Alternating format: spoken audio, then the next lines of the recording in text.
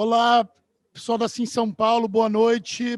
Hi, we're talking here now with Amelia and Bauer, our friend. Where are you? I'm in Santa Fe, New now? Mexico. New Mexico. Yes. Yes, cool. It's really nice to have you here, Amelia. We're going straight to the point. Uh, we're on a music conference, and we think musicians have power to change. And we agree with this position that artists and musicians can work together in transform and change the world for better now. What's your opinion about it? Not only do I agree, I have been working for years with musicians and have seen in real time the power that they have to shape conversation and to motivate their audience to become engaged in subjects that are important to them and important to the rights of people everywhere. Cool. Many musicians, artists, and bands helped you participating in Noise for Now. Nowadays, actually, how are they helping you in develop this kind of actions in US and all over? Well, we started out working with musicians who were performing shows on tour, and we were able to arrange special shows during their tour to raise money for local organizations working on the ground in the cities they were passing through. But with the pandemic, we have changed our approach now that musicians are not touring.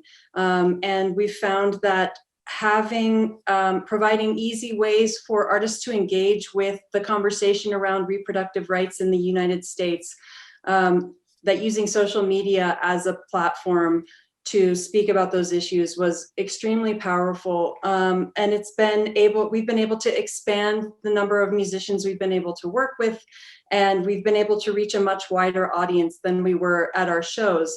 So I think it's a powerful new addition to our toolbox that we'll be using going forward. And it's been an incredible way to connect with many more musicians that feel passionate about this. That's great. In many places, many states in US, reproductive law and reproductive rights are still a taboo. And how do you face this kind of taboo now? And how do you think this new election in the past few days can make it change, can make it better? Well, the main problem that we face here in the US is that we have abortion access and reproductive rights is actually a very popular idea. 77% of Americans feel that abortion should remain protected and be accessible to all people. But we have conservative state legislators that make abortion very hard to access for so many Americans, millions, in fact. And the part about the election that is unfortunate for reproductive rights is that during Trump's presidency, he was able to seat 3 very conservative Supreme Court justices, and those people serve for a lifetime. And those justices have said outright that they want to undo the right of Americans to access safe and legal abortion in America. So our work is really ahead of us. We need to fight really hard to make sure that state legislators who would begin to place bans in effect if Roe v. Wade, which is protects abortion access in America for all Americans, if that becomes overturned, we have a lot of work to do on the state-to-state level to make sure that politicians on the local level know that everyone who can get pregnant should be able to access the care that they need to make that decision for themselves, and that is really popular in truth for their base and for their constituents. And state legislators need to respond to the will of their constituents and the concerns of their constituents. So that's our main push. We really need to use the conversation, and musicians are especially able to reach a wide audience of people, to make sure that everyone knows that this isn't actually a contentious issue, that this is a very common and it's a common procedure that most Americans feel must be protected. Great. You told us before that in this pandemic you did a lot more of digital content and discussions, and your work reached further. You went globally. Do you think that this kind of action that you're doing and supporting in US can be spread all over the country? How you guys from your NGO are working in contacts with people across the world? Well, I hope that our model inspires people everywhere to engage in the platforms that they have access to speak out for those rights.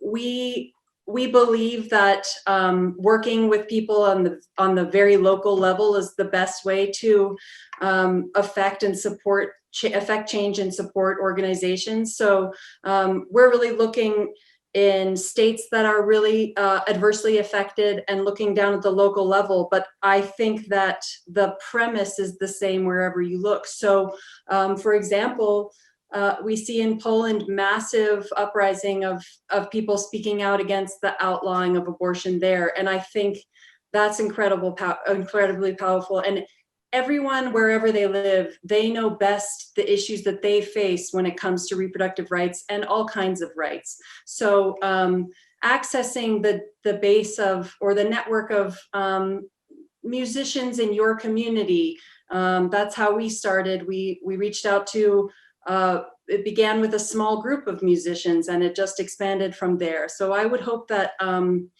that anyone inspired by the work that Noise for Now is doing here in the US would want to reproduce that where they live as well. And it's not rocket science. It's not, we didn't invent anything new. We're just helping provide the tools for musicians to be able to speak about this. That's great. You're doing a great work. And do you have any knowledge about the reproduction rights in Brazil? I don't have extensive knowledge, I have to admit. I'm embarrassed to say I'm not. Can you let me know?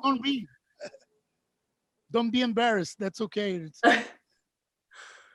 But we live. It's a really big taboo here, as well, and we're facing now one of the most conservative government around the globe. Yes. So the work that Noise for Now is doing is really inspiring Brazilian activists for reproduction rights. So it's really great to have you here. Thank you. And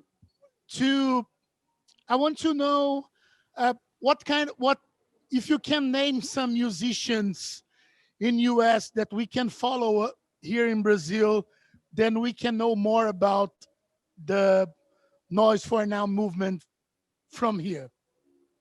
You can name some musicians. We have so many incredible musicians that have supported our efforts. I would say TV on the Radio has been a huge supporter. Kim Gordon supports our work. We have the support of Kathleen Hanna, which has been incredible. Peaches, who lives in Berlin and the US, was a huge help to us. So there have been so many. St. Vincent, there are so many musicians. And if you go to the Noise for Now Instagram, which is just @NoiseForNow, you can see from our posts some of the musicians that we have worked with, and our stories have highlights that feature musicians that have engaged in our campaigns. So that's a good place to look. There's over 150 of them, so it's a lot. It's great. That's great. You told lots of great names. We just did a St. Vincent gig just before the pandemic, NTV or on the radio, Kim Gordon, they're really known in Brazil. We need to know from you how music can help to go against the social conflicts and to go through social disease and problems. How can music help? Well, I feel like music and all art forms are about empathy, and music has the power to connect with people on an emotional level. I think loving music is very personal and intimate. And I think when musicians use their voice to speak to the world that they want to see, it's powerful. So thank you. Thanks again. Sorry for my broken English, but You did that great. was really good. Thank you. It's better than my Portuguese, which is none. Yeah, that's okay. Thank you. Bye-bye. Bye, thank Thanks. you.